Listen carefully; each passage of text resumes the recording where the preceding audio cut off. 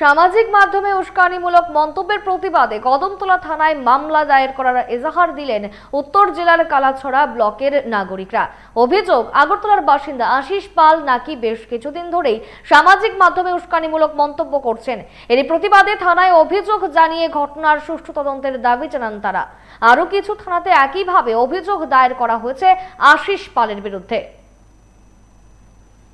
কিছুদিন থেকে আগরতলা আশিস পাল নামে একজন যুবক কুরুচিত মন্তব্য, খারাপ মন্তব্য করছে, যেটা আমরা মেনে নিতে পারছি না।